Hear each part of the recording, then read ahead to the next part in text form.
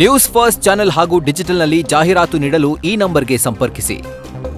ನಮಸ್ಕಾರ, ನೀವು ನೋಡ್ತಾ ಇದ್ದೀರಾ ನ್ಯೂಸ್ ಫಸ್ಟ್ ಇಂಡಿಯಾ ಫಸ್ಟ್ಗೆ ಸ್ವಾಗತ. ನಾನು ರಾಹುಲ್ ದಯಾನ್. ಹೈಕೋರ್ಟ್ ಕಟಕಟಿಯಲ್ಲಿ ನಾಡ ಹಬ್ಬ ದಸರಾ ದಂಗಲ್ಗೆ ಫುಲ್ ಸ್ಟಾಪ್ ಬಿದ್ದಿದೆ. ಭಾನು ಮುಷ್ತಾಕ್ ದಸರಾ ಉದ್ಘಾಟನೆಗೆ ಅಪಸ್ವರ ಎತ್ತಿದ್ದ ಪ್ರತಾಪ್ ಸಿಂಹಗೆ ಕದನದಲ್ಲಿ ಮುಖಭಂಗ ಆಗಿದೆ. ದೇಗುಲಕ್ಕೆ ಹಿಂದೂಯೇತರರು ಬರಬಾರದೆಂಬ ನಿಯಮ ಇಲ್ಲ, ಇದರಲ್ಲಿ ಸಂವಿಧಾನಕ್ಕ ಹಕ್ಕೇನಿದೆ ಅಂತ ಪ್ರಶ್ನಿಸಿ ಮಂಗಳಾರತಿ ಎತ್ತಿದೆ.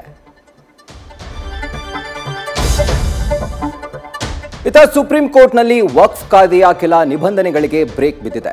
ವಕ್ಫ್ ಮಂಡಳಿ ಸದಸ್ಯರಾಗಲು 5 ವರ್ಷ ಇಸ್ಲಾಂ ಪಾಲಿಸಬೇಕೆಂಬ ಷರತ್ತಿಗೆ ತಡೆ ಹಾಕಿದ ಕೋರ್ಟ್ ಇಡೀ ಕಾಯ್ದೆಗೆ ತಡೆ ನೀಡುವ ಬೇಡಿಕೆಯನ್ನ ತಿರಸ್ಕರಿಸಿದೆ. ಮುಸ್ಲಿಮೇತರರ ಸಂಖ್ಯೆ 3 ಮೀರಬಾರದು ಅಂತ ಸಲಹೆ ಕೊಟ್ಟಿದೆ.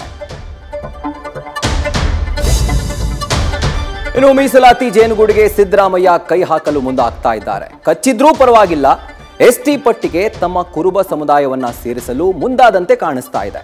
ನಾಳೆ ಪರಿಶಿಷ್ಟ ಪಂಗಡಗಳ ಕಲ್ಯಾಣ ಇಲಾಖೆ ಮಹತ್ವದ ಸಭೆ ಕರೆದಿದೆ. ಇದು ಮತ್ತೊಂದು ಜಾತಿ ಕಿಚ್ಚಿಗೆ ಕಡ್ಡಿಗೀರಿದೆ.